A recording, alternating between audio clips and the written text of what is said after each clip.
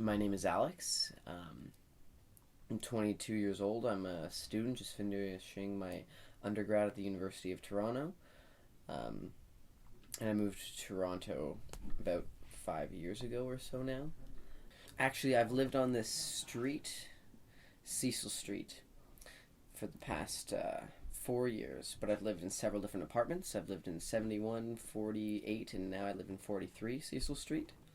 Um, I like the street a lot. It's been a great place to live and grow up and have a good time. Actually, Jack Layton lived on Cecil Street in Huron, so he was right there. And before he passed away, he used to bike around here all the time.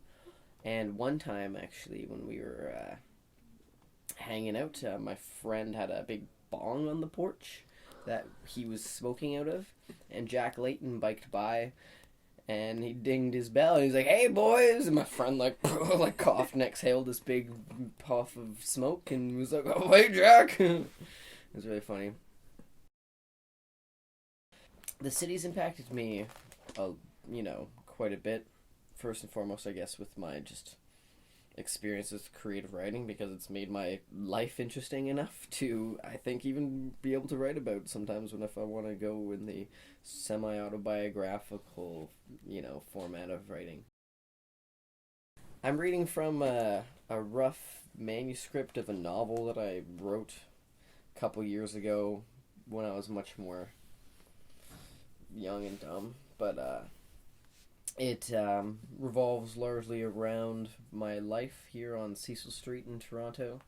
This little excerpt is precise about a certain event in my life that I guess you could say here in Toronto was pretty impactful. I saw Andre, the homeless man who this anecdote is dedicated to. He collapsed to my right, on the other side of my narrow street.